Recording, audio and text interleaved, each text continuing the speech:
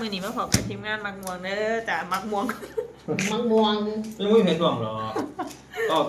ฟองเขาได้ฟองอ่ะ ขอ2,000เด้อ ขอสอง จ้ะเป็น9เก3ใบถอดซื้อ จะไปถอดเสื้อ ปวดบ้าน ค่ะสวัสดีพ่อแม่พี่น้องป้องไปนะครับ9เก3ใบขอซื้อนะครับขอ2,000ซื้อไม่อั้นเกมไม่อั้นนะครับนะ เฮ้ยคือเป็นผู้เจ้าของใช่ปะ วันนี้มาดีจ้า ว้ายใช่หรอ ก็ดีเลย อันนี้ของใคร ของฉัน นี่ไง 5,000 5,000ตาม 10,000 ใส่กิ๊กก่อน 10,000จะมาตามอะไรขาบวยนะไม่ต้องพูด เออตามคือเก่า1 2 3 4 5 6 7 8 9 10 15,000 เอ้ยสาวสีเอาหัวเหรอเอาตามไปดู 4 5กดจบเงิน3 ไปที่ เดีย อี ยี่ ตา พันเลยใบที่3อยู่ รีบอกปวดแถวนอนย่าแม่เอ้ยมา มันเสียดายอีกรอบนี้ มาถ่ายดี กินแล้วส้มนี่หวาน ไม่ใช่เลย ก่อนเงินก็กิน เดี๋ยว แล้ว เยอะบ้า เอ๊ มันดูถ่ายมาแล้วมันดีอยู่ถ่ายเอสปะนะเราทำได้ยินเขาว่าเอสดีกับลูก มีแอดเนี่ย มา2 ท่านส้มล่ะ 7 แปด 8ที ขามข่อยเบิดเลย หน้านี้เด้นี่ มันข่อยเอาหัวได้ฟาดได้เด้น่ะ บอก แม่น ข่อยก็เป็นมาพิมพ์เพื่อ วันนี้หายนะ เดี๋ยวขามข่อยเบิดเลย ตาแรกค่ะว่า เจ้าของ ช่วยค่ะ ของ ว่า กับ ช่ว ของ ย แม่นกับเก่าก็โลกพุ่นเนาะ ถ้าเราปล่อยให้เราขาแรงเราปัดเลย เราปัดเลยสิ ศาสนาเจ๋ว่าห้อยเจ๋ว่าห้อยเจ๋ว่าห้อย โอ้ลองหาฟันผู้เด้อผู้เด้อ ก็ห้วย ก็สิว่ากินตะกี้ว่าน้ำเงิน2,000อยู่โลกมันไก่5,000 เออ ใจบ่ห้อย จิตใจเฮ้ย เอาสาวสีเอาผ้าห่มคลุมหน้าเลยไหม เออ เจ้ายังงอรถสาวสี หัวห้อยบ่เปิดเมื่อกี้พิษ2เทียบไปดิ อืม เอาพิษบ่เอาหัวจะได้ผ่าหุ้มเว้ยโอ้ ใจห้วย ใจบ่ห้อย ข่อยก็บ่เคยได้ยินคำนี้เลย สาว14ใจบ่ห้อยเลย โอ้ยจะไปอยู่ไสเมื่อกี้นี่พ่อใหญ่มือ1 2 3 4 5 6 7 8 9 10อ้าวอาถรรพ์ยังคงอยู่ที่เดิม ว่ามึงก็น่ะตามเจ๊ 3เนาะ แม่ อาถรรพ์อยู่เด้ออาถรรพ์เด้อเอาออกถิ่มบ่นี่ถึงใจเลย ทิมไปนึงเจ๊ ถิ่มไปนึงเนาะ โอ้ยปันบ่เคยหลินเนาะ เอาถามไปพวกความแน่ใจ ทำ เนาะ มาสเต็กอยู่ ก็อยากถามแม่ สุดละ อาถรรพ์นี่มันเก่าอาถรรพ์นี่มันเก่าน ำมาเด้อน่ะนำมา เอาไว้เก๋ อาถรรพ์นี่มันเก่าอาถรรพ์นี่มันเก่า ขาดแล้ว บ่ไป อ่ะแม่ ขาดเลยจะใคร2,000 5,000 2กับ2เนาะ มาเป็นโต๊ะข่อยคนรุ่นจนขี่สิยอดมึงดู บ่ มึงดูเอาเรียกหน้านี่ มันบ่มีไผมาบ่ ไปไปดิ ค่อยไปหาเด้ เอาบ่ เจ้าไงหยัง กินเลยจ้ะ อ๋อผู้เขียนมาพร้อม โอ้ น่ะเห็นบอกข่อยบอก เปิดตีเจอขสันข่อย2ตาเลี้ยงเด้เนี่ย มึงดูนี่คนรุ่นไม่จ้าแต่อีก2ก็สั่นบ่มา2ใส่กันกับสาว อกหักกับสีพ่อแดงอยู่ตาเราหนาไทย มี งา 3ตัวเด้อแม่ข่อยเลยนะ แม่นบ่เนาะข่อยยังได้เนาะจ้า คือว่าพวกกีตาร์มา ก็อยู่พวกผู้คิดตาลิง โอ้ขึ้นไปเอาขึ้นไป เอาลง 2,000 เอาบ่โอ้บ่โอ้ข่อยก็อยากลงหลายเนาะบ่ให้ข่อยลง เนาะอยากได้ จงไปซื้อหลายลงเทีละหน่อย โอ้ขสันข่อยสิ2ตาเลยโอ้เสือใจเด้อ เอาละ แต่ใส่ไม่ใส่ตรงงานเนาะ ป้าเขาอุ้มกับเกเนาะ 2 รุ่นเลิกเขาว่ามีเอกเนาะ อยู่ในมา แม่นอยู่ อาถรรพ์นี่มองเขาอาถรรพ์นี่มองเขา อีสองอยู่หัวอันนี้ได้แต่อีก 3ก็มีผู้ใดมานำว่า ซุ้มเจ้าคือโบกซุ้มเจ้าคือจังบอกว่าแต่ปกติเดี๋ยวขาตุนมันสิได้เองก็ได้อี2 1,000 มันเปลี่ยนไปแล้ววะ 5,000 เนาะ 5,000จบซื้อตาม 5,000กันนะ ดู ตาม ดู ตามเพื่อไปซี่ได้นะบ่เอาตัว ป้า นี้ สะไคร้ใส่กิบสีหัวกิบหัวใจ เอาหัวมันก็ไปแล้วไงเห็นกิม เอาละว่าลืมโอ้เสียใจเอ็นนี่ดีวะ จับสี ข่อยเรียกเนี่ยน่ะข่อยได้ถอนเจพัด หัวตู้จะก่อนเสีย หัวได้2 นั่นเขาเจ้าสื่อ อ๋อ พี่ อีใดก็บ่ได้เด้นี่ นะ2,000บ่พอบ่ ซื้อได้ได้ดอก แต้ม 8กินไปเลยอันนี้6 จะได้แยกบ่ครับ ไม่ได้อี6 ซื้อตองกับสีพ่อดำ 90แยกไม่ได้ถอดเก้าออกเขาบ่รุ่นสีพ่อแดงได้ข่อยเสี่ยงเอาเลย บ่เขา ซื้อบ่เขาเบิดห ไม่ ลาย ลงหรอกเลย แมน นั่นไปสิลงบุ พูดบัตรจิตในลงเป็นลงสาวกิบสี่ตองสามแต่ก่อนบัตร นี่จีลิงเลย มันมีenergy ลิงสุรา ไปส่งมา ยังล่ะ4ใบบุญน่ะ เก็บไปนั่นคือ เก็บนี่ ใบนี้แล้วก็ใบนี้ นี่ของข่อยนี่ บ่เอาขึ้นนี่ก่อน เออ ตบแล้วรู้จะเศร้าสิ หรืออาลาเนี่ยซึ่งเจ้าบอกข่อยก็ลืมล่ะ โอ้เจพัดนี่ มาเฮ็ดจังไดวะมาถอดอันนี้บ่วะ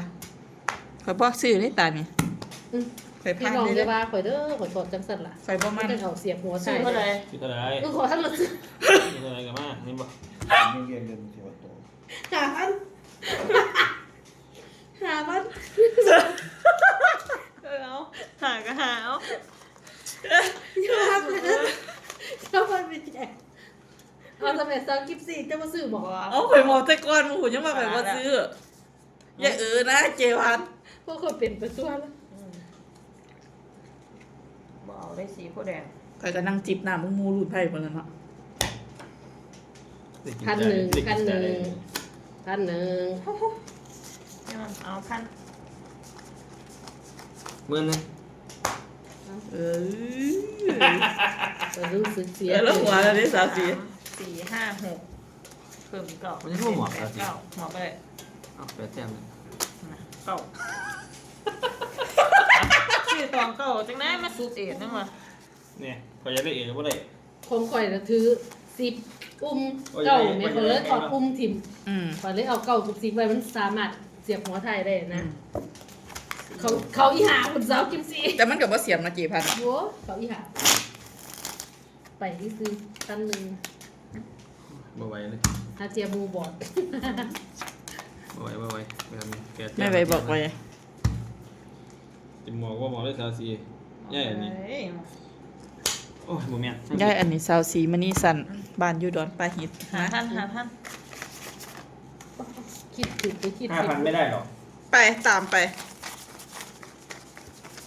มือนึงเอาหัวเลยเลี้ยงปุกเอาเลยคนไหนเอาหัวน่ะ อันนี้ขาบวยนะ เอาไว้ที่เทียบเลยหัว ตามขานะ ตาม ตาม ที่กันได้โดดเด้อเจี๊ยะ อีสอง แม่นขาตุนได้อีสองอีลีมันได้อีสองขาตุนอ่ะ วันนี้สวงมาจะเดี๋ยวนี้อีสวงมาจะเสร็จเดี๋ยวนี้เนี่ยจะเป็นยังไงครับเอา5,000เอา โอ้ยก็ไม่จ้ะเท่าไหร่ กิฟซี่ 5,000 เป็นยัง ก็จะ สาม เขา สี่ มันถึง ห้า มื ห อก คน เจ็ด ว่า แป ซี ด เอ็ เก้า ดห สิ ก บมือนึง คอยได้เอาสีไปขอถอดอีหกทิมจากซีได้อีหา มันยังไม่หมดเอาเนี่ยโอ้ยมาเพียเอาอยู่ สามเรื่อง ก็ดีแล้วล่ะ 3 ก็ เดื ดี อน แล้วก็คิดถึง บอกตอนแรกว่านี่อยากได้ออกมาไม่ คิดถึง เป็นยังหรอกบ่าวหมดดิ้นไปที่สองอยู่ ที่2เอาวงเลย เออ เมื่อกี้เจอ โอ้ เรีย ย กสาว ตายแล้วตายแล้ว ยังเล่นวะ 3เลี้ยงบ่ได้กินเลย ถ้าแม่นคอยเอาเลี้ยงไว้เดี๋ยวคอยเข้าอีหาแปดคอยสิเสียเงินอีก เอาลูก วันหอม ประมาณนั้นน้ำหมวกน้ำหมวก มัน ก็ ข สุด นาดนั้นนะ ว่าน้ำหมวกหมวก ไอ้สิล่ะอันเฮาบอกกินแล้ว คอยถือซีถือเอฟถือโฮกคอยได้ถอดโฮกพิมพ์คอยได้เอา เอ ซี อ ไว้ นั่นล่ะ คอยได้เอาซีไว้ว่าคอยว่าเอาเลี้ยงพอคอยเอาหญ้า น้ำหมวกขอนเนาะ คอยได้เอาซีไว้แบบนี้ 5,000จ้า เขาเลี้ยงซื้อ เดี๋ยว เนาะ เด้อ ได้อีหามาพางามปั๊บ โอ้ยโอ้ยโอ้ยแล้ว นั่นเดียวอยู่ ศูนย์ โอ้ยเศร้าอยู่ โดนนะ ตาม เอาพันตามมืดเปิดป้ายเข้ากันทุกคน โอ้ท้ายดีท้าย แล้วมา ดี ดวลกันเลย ดีที่ท้าย ดีที่คอยนี่ละ คนอื่นหมอบหมด ไอ้แล้วดีนะเจน บอดสรุปสำราน คอยคิดผิดบ้างรู้คอยถอดอีสองกะโลออก เอาเสียเลย คอยถอดอีสองกะโลออกได้เก็บพายกระสันคอยฝาก เล เลย ย ยังหกแก้วไป คอยเอาตอมได้ เท่าไหร่ไกลอยู่ดิ เดี๋ยวว่าเอียงตอกมันก็ได้ดิ เอาแม่นสิเขาจะไปบ่ เอาคอยเคย เออเท่าไหร่ไกลผมบ่มีแถมมันคือ คอยเคยได้แม่เจ็บพัด เอามันจะแม่บ่ไปกับหมอมื้อ มันเกาหัวอยู่บนนี้ มือนึงบอก มือนึงไปว่าไปกระหมอบได้ใจเด้ ไม่เป็นหรอก บ่ไป ไปกินยากนะ จะเตรียมจะชอบกินอย่างเถอะ แปด แปดแต้มหมดแม่ ถ้าสาวสีคอยอันเอาอีซองไว้นะคอยจะเจ็ดสเตฟฟันคอยได้ ก็ ดิ หกแต้มเข้าไปเด้อ คอยเอาตองไว้ ขอเสียใจ ข้าวไผ่สาม บ่ของใครที่แค่ คันเลี้ยงคันมันจะเลี้ยงมีปัดมีสีพร้อมกับเอาปัดเอาได้ตองเขายากคือ เอ้าตัด เอ้าก็เคยได้ไงเขาก็เลยเอาไป เราเคยฟุก ถ้าเคยฟุกขี้ตาหมาขี้ตาลิงเป็นอย่างเงี้ยแต่ตอนนี้ไม่ฟุกแล้วแหละ มันได้แหบ มาก หาสเต็กอ๋อ 4,000 5,000 หาพัน นี่คือเดี๋ยวเอาหัวอันบ่ หาพัน เอ้า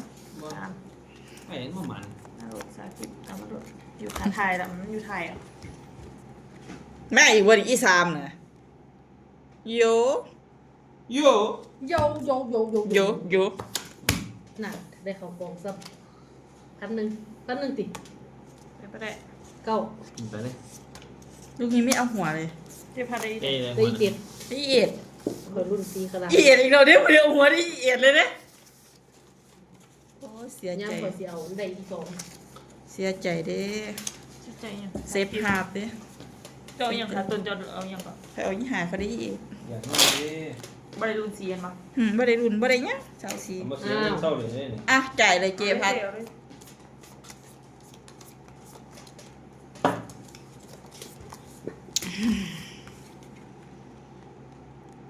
เป็นเนี้ยใดนะเนี้ยเนี่ย 1,000 1 2 3 4 5 6 7 8 9 10 ตามไปดู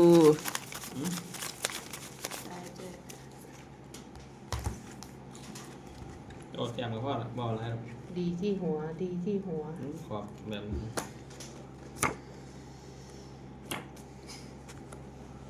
สิ 1,000 2,000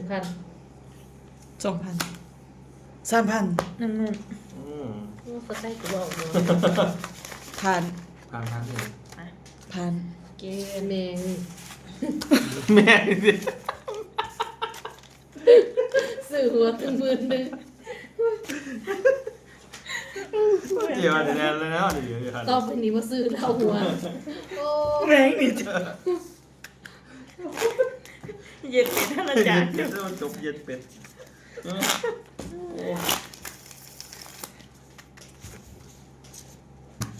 ซื้อหัวได้แต่2กับ3กับ1เว้ย สาวดาวผู้นั้นว่าสาวดาวไหนเที่ยวแล้วอีหานี่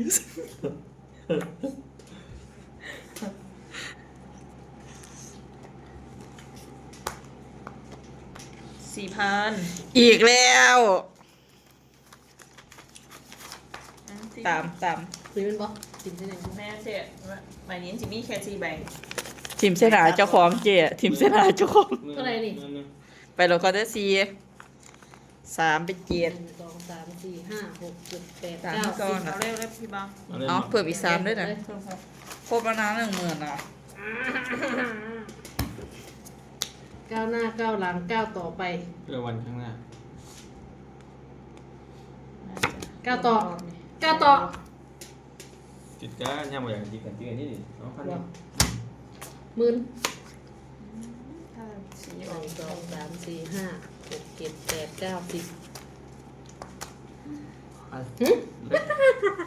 ฟูแกนมะ ว้าอีกก่อนแล้วหอยนี่เนี่ย ตัวตาคอยต่อเขายืนต่อตัวนึง อ่ะ อ่ะ 5,000 7,000เอาไป อ๋อผูกขา ไม่จะสั่งว่าแต่สา เอ้ามันเป็นคอยลบก่อน5,000หลายตาหรือเปล่า บอก โอ้คนเลย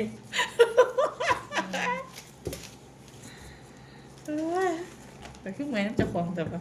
เอาเสียสิตั้งแต่ตาสติฟัดเดียววันนี้มีให้เห็นยังไงได้บ่เนี่ย เอ้า โอ้เสียใจเด้ เสียใจ เสียใจแต่ว่าเสียเงินเรา เสียตู่กับพ่อเสียใจความ เอาเข้าไป พอดีพ่อหัวที่จะเด้อ ต่อซ้ำไปเลย ฮะ ต่อซ้ำไป อะไรหมอบทั้ง3เลยเหรอ 5,000 6,000 6,000สมตาม ไป ไม่เอาใช่ไหม เท่าไหร่นะ 6 6เอาไปอีกหนึ่ง ขอวันจะนิดนึง เคยให้อยู่มาบอกน้ำข่อยเด้อ เหลือ ไปเบิดรถดิสมองเคยมาใส่เมียย่าเมียเอ๋ยเหรออะไรน่ะ ก็ดีมาก พอดีเลยเป๊ะเวอร์เลย 1,000 เวอร์ จุกไม่ได้ 1,000 เขารุ่นอีเจ็ดมา3 แถวแล้วข่อยว่ามีไสบ่มี สีของ เว้ยเป็นสิเนาะ ทั้ง6ทั้ง8ฟัด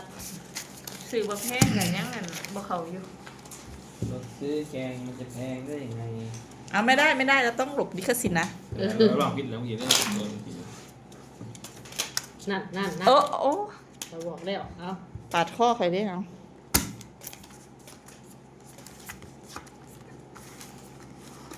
โอ้ยบุญสันคัก ยื้อเอา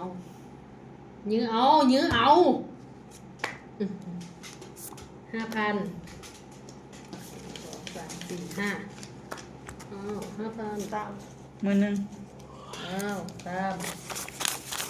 ต้องเสียกุก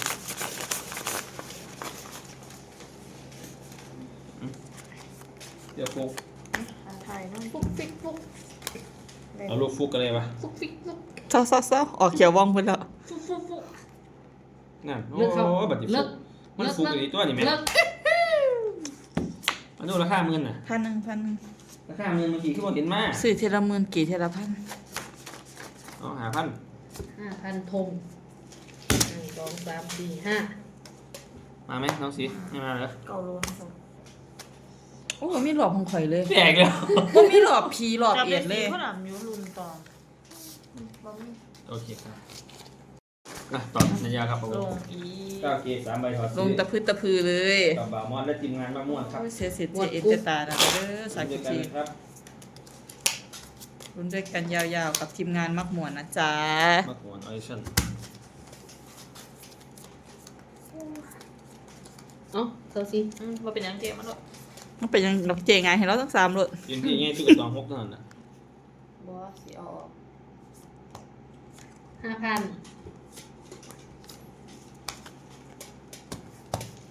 ปัญหาไปข้างหน้าจักเขียอยู่เด็ด หมื่นหนึ่ง อืม หมื่นหนึ่ง 1 2 3 4 5 ออกไหมเอากิน ปวดใจ หาไทยได้กินอยังบ่เนาะนี่นะ มันปวดใจ โอ้ปอบเบ้ยตายอยากได้บ่มา คือปกคือผีคือหาเรา โอ้ เท่าไหร่บ่มา อันหนึ่ง อ้าวส้ม ไป ลูกนี้แมวหัวเลยนะ เอาทั้งหมด 8 จะได้อีเดงหัวนะเราเป็นผีตัว พี่อีเช่ไม่บอกป่ะจะว่าพี่อีเช่เออเสียใจเด้ถือหนาฟัดเนาะ7-8หนาฟัดบ่งามเนาะโอ้เปเวอร์ มันจะปล่อยได้อยู่ บ่6เราขีดนะ ก็ปล่อยละนะฟัดกันเนาะ เขาบ่ปล่อยแล้วเนาะ เอาเงินเอาไปตะกี้ เขาบ่ปล่อยให้100นวลเลย เพราะว่ามันบริสุทธิ์นะมันบ่เขอไป ปัดคือห้ามแท้พอสิตรวจสุดเลยละทิม ถอดทั้ง3เลยใหญ่เจพัด เอ้าขอคือว่าซื้อ เท่าไรล่ะ ปัด บ่ต้องซื้อดอกทารุ่นฟรีรถ 1 2 3 4 5 เอาตาม จ่ายทุกคน2 เงินจ่าย ตาม ห้า ตามไว้กัน ตามเป็นบ่ เนี่ย โอ้ย ตามไปดูว่ามีอะไร แม่นจะซื้อแค่ไหนต่อขึ้นแล้ว ซื้อสมีนะเอาได้ฟัง14จับขาว่ากัน 5,000 ไม่ได้หรอก พัง 10,000 นี่ หืม ไม่ต้องเหนือหรอก 7 8 9 10อ่ะ ส้มมา 5 6 7 9 หด โอ้ 9 สีคนดำ ติดจอกันอยู่ คอยที่ ยี่ ค ห้ อ อย ถอด นี่ เก้าดินี่คอยถอดเก้าออกได้มั้งหัน กอด9เล่นบ่ ถอดเก้าได้เก้าโอ้ยคนจะปังก็อย่างนี้แหละเจ๊อาลง พอยังไงก็คือ เอาในเครื่องหมด ว่าอะไรก็คือ อันนี้รุ่นสุดจะได้เสียบ อุตส่าห์เสียบก็แพ้เลยเห็นไหม เข้าใจ เพราะว่าจะว่ามือกว่าอยู่มือมันนี่ศูนย์เว้ยมันเป็นศูนย์มันเป็นไงนี่ ทุนมาสิ ให้เขาแล้วก็เลยสิ แก้วรถเจคอยเสียกำไร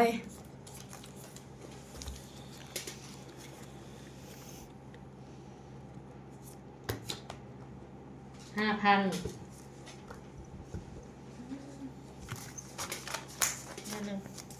what Nâng. what เอาเจนเราด้วยนะ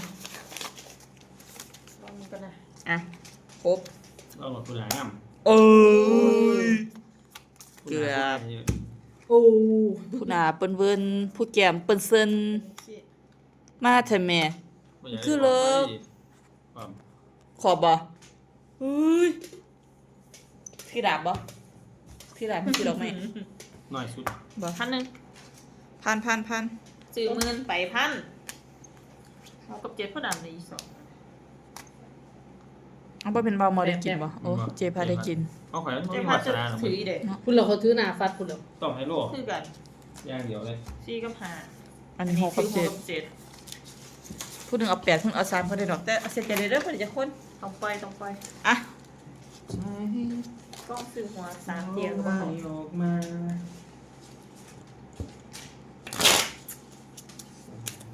เราออกบอลมาช่วงนี้ เจ๊ ช่วง ใจเลยเจ ปันยังเพียงบินมาขึ้น บ่ อืม ป้าเพิ่นเป็นจังสิได้ไปUS บ่ไปเต้นบีบอย อ่ะ อย่าไปหยาดอายเราเด้อ เปิดก็ท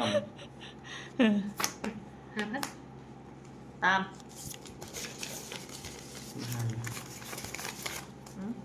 ำ มือหนึง ตาม เน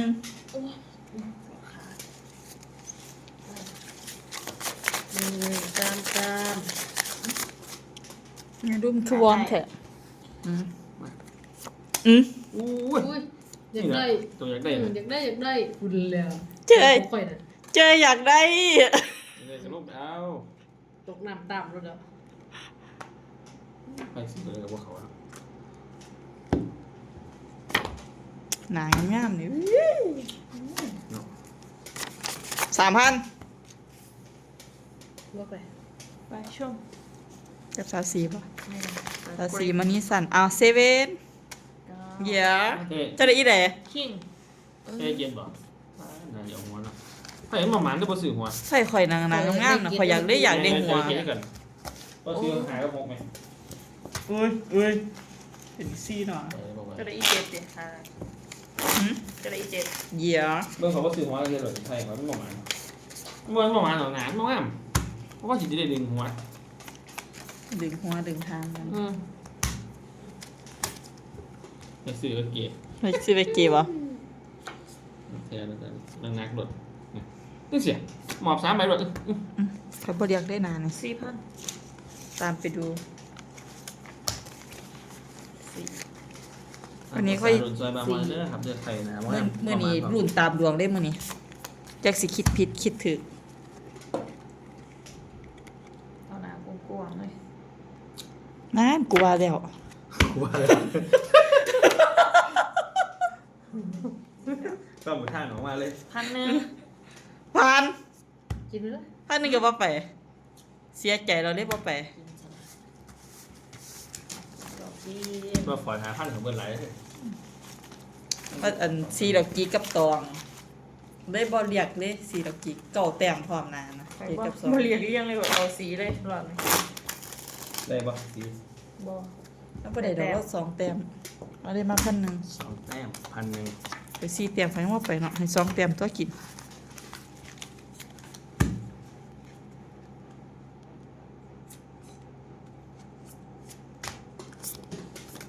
มึงวาดแล้วเด้อ 5,000 ตามไปดู เอามือนึง ฮะ มาเอาไว้เทดูดิปิดฉากกันสวยๆนี่ ตาม ดูแบบเท่ๆด้วยนี่ เอา อ่ะตาม ดูดิ ตาม แม่ เก็บไว้ยืมเงินหรอวะ โอ้ยอย่างนี้อย่างนี้ เก็บไปให้กันเก็บไปให้กันเดี๋ยวนี้ อยากได้เหือด เออ อ๋อ เดี๋ยววันไหนเราอยู่ร่วมกันเพิ่นเหรอโอ้ได้อยู่ในน้องมันอยู่1,000 แปะไปไหนได้บ้างดูอยากได้คิงได้สองแม่ กระบะมอดบ่ แยกเค้กเขาอีกสอง เนี่ยเอาหัวในคิงเลย 5,000 มึงเนี่ยนี่ 5,000 จะมึง กิ ดู นรถเอาสิ มาไม่เคยกิน ซาซิ ไม่เคยจีกิน ไปถือแหม่มก็บีบเนาะ ได้อีกสองอู้อยากผักเลย กินไปเนาะจิ๊บซี่ จ้าโอ้ลืมกินกันโอ้ยเนาะขอบจะไผ่ได้ตัวนี้ต่อกันจ้า จักรย ยากระเป๋าหม้ออีกเช่นเคย กำ นะ ลั ครั ง บ แม่หลวงกำลังแม่แล้ว เหมือนกำลังมาเอา เก้า ปาด เก3 ใบถอดซื้อ ขอ2,000 กำลังเรียน ซื้อไม่ทันเกมอันนะครับ กำลังสิได้กินแล้ว กำลังสิได้กินนะเจ๊ ฉันบ่ค่ากำลังนี่ก็สิได้กินอยู่ดอกเจ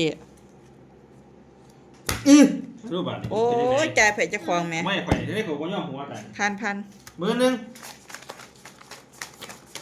หน้าบ่งาม ดีช่วยอยู่ที่หัวสูงต่ำอยู่ที่เฮโลบอ20,000 30,000บออ๋อเอามาก บอถ่ายดูลองดู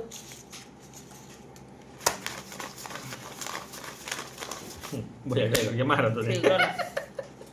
ไม่อยากได้เอ็ดว่ะ ไม่ไข่นี่เอียดเขามากได้ มันขึ้นหัวนี่ ฮึ เป็ ด นโร ฮึ เต ดฮึดมาทานได้สิ เรามีพิรุธด้วย 5,000 สีเรามีพิรุธ หน้า หักแห้ง 1 2 3 4 5เอาส้ม ก็ ก็ ใส่ดอกเจ็ดเต็ม บอก ได้ แล้วว่า เอ็ดไม่ใช่นี่ ได้อีก อี 8 แปด โอ้ข่อยเอาหัวเรียบร้อยเลย แปลง หัวกับเจ็ด เจ็ เจี๊ย ด เจี๊ยเจี๊ย เจ้าระดับเลยนางงามๆนะ ข่อยมันบ่เข้าข่อยอยากได้เอ็ดว่ะตัดสินใจกิน เอาลง เอารถแหน่เท่านั้นนะ บ่ ไม่ ได้ ได้ย่านข่อย กัดฟันเขาว่าเดือดดีโอ้มีหลอกเพิ่นเด้ เออ แม่มบ่ออกเด้อจ้า อันนี้ได้แยก เขาบอกแล้วว่าข่อยเอาจริงเราจะเปิดอีพี่แล้วเขาบ่ได้เจ็ดเลยในหัวเลยบัดนี้ ย่ำซื้อหัวมันสิบ่อยู่หัว กินย่างแล้วเจี๊ยเจี๊ยเจี๊ยโซตีไปเกียคนเจี๊ยคนเจี๊ยนี่ อ้าว ฮึด อยู่ซ้ายมันกี่มันยังเอ้ย 5,000 ตาม ตาม ตามไหมอีกที 1 2 3 4 5 มื้อนึง 1 2 3 4 5 เอาไป50,000นะพ่อส้มเลยตะแพง10,000เดี๋ยวข่อยเกียนะก็ได้บัดนี้ ซื้อน้อยๆกินหนักๆเอาเนาะ โอ้โทษเด้อใบล่างแม่น ซื้อใหม่บ่เนาะ ถึก นอของข่อยเนาะสากิบ ถึก ฮึดนั่นครับมันบ่ได้อยู่หัวเสมอไปดอกนะโอ้ โอ้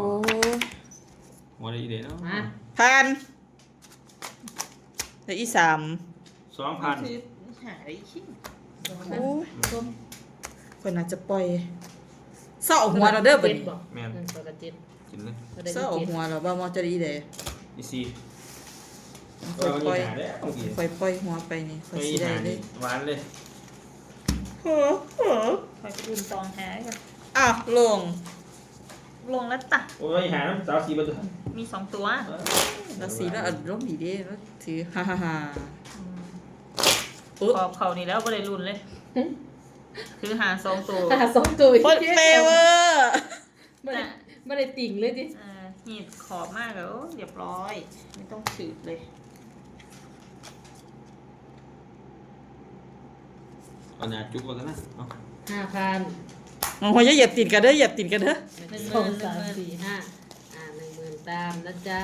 ตามไปดูนะจ๊ะ อยู่ก็อยู่ละ คนซื้อหรอเจ๊กับการหรอกกินเขาเยอะตามเพื่อนหลังเมื่อวานเลยเว้ย ไม่ เงินคนเงี้ยบอกว่าเหยียบเงินได้เลย เออ เรียบออกตัวนี้ เขาเรียกได้ ออกตัวนี้ ขอยอยากให้มันถือดอกไม้มานี่ เรียกได้ดอก ซื้อดอกไม้อีกอย่างอีกแหละ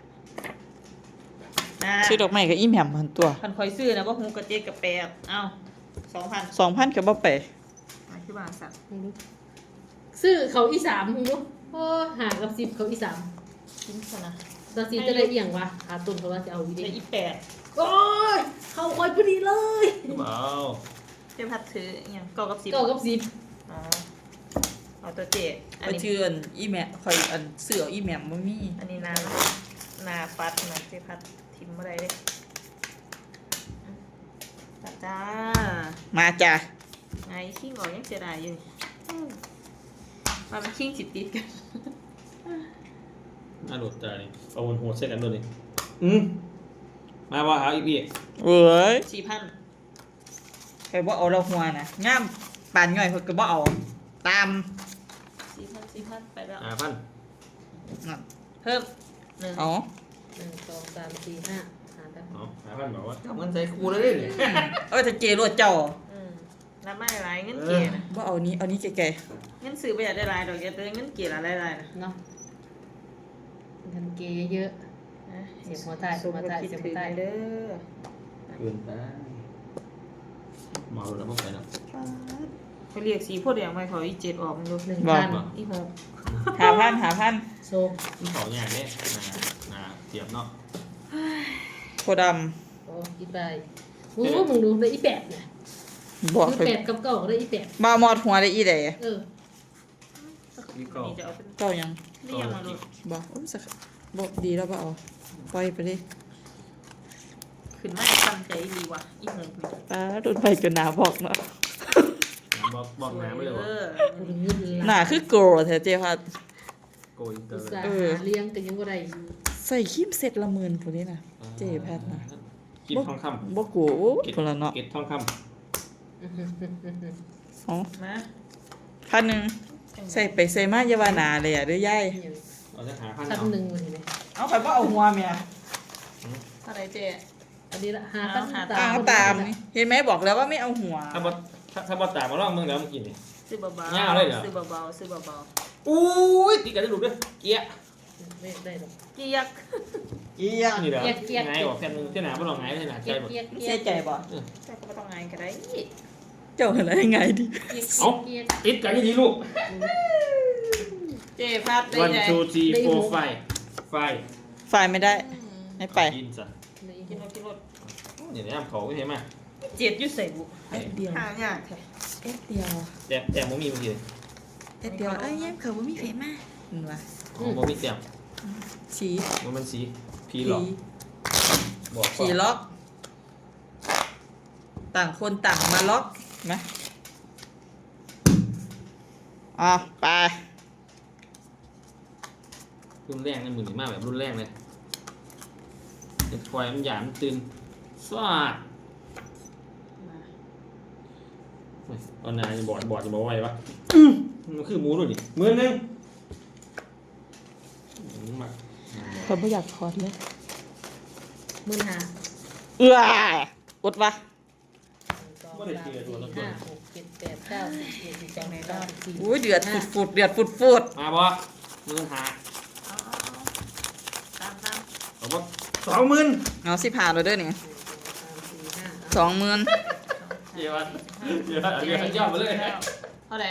20,000แล้ว 20 25 25บ่ ฮะ โอ้ย เอามา โอ้ย เอาเพิ่มอีก5 ไปยังไงสาวซีซื้อนี่ล่ะ อู้อย่ากินเงินตอนนี้ดิสาวสีมันนี่สันบันอยู่ดอนปลาเฮ็ดจัดไป ดีไทยเด้อลูกหลา ไปมาติดตามว่าคนก็ตามว่ามา ดี คิด ไท ไป ย นะ เด้อลูกหลาดีไทยดีไทยดีไทยเด้อลูก โอ้ เออ หมอกเสียเงิน20,000หาทีมเลย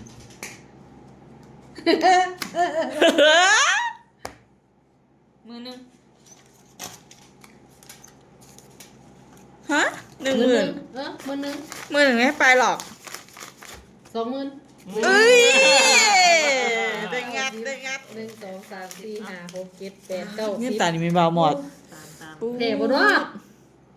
แถมอย่างมันบ่ฟาด ใจเลย อีซี่แบบจิก ขอได้เอ็ดดิคนหน้าคนกันฟัดคือกั มัน นติดกันเอ็ดกับซีน ซื้อขอเบิร์ดนั่นแหละแต่มันเลี่ยงต่ำกว่าเพิ่นมันบ่ฝันไง ป๊าดพี่น้องไป มันฟันยังไงมันยังข่อย4กับ6น่ะ โอ้ย เจ้าก็บ่ได้มันมาขาดเพิ่น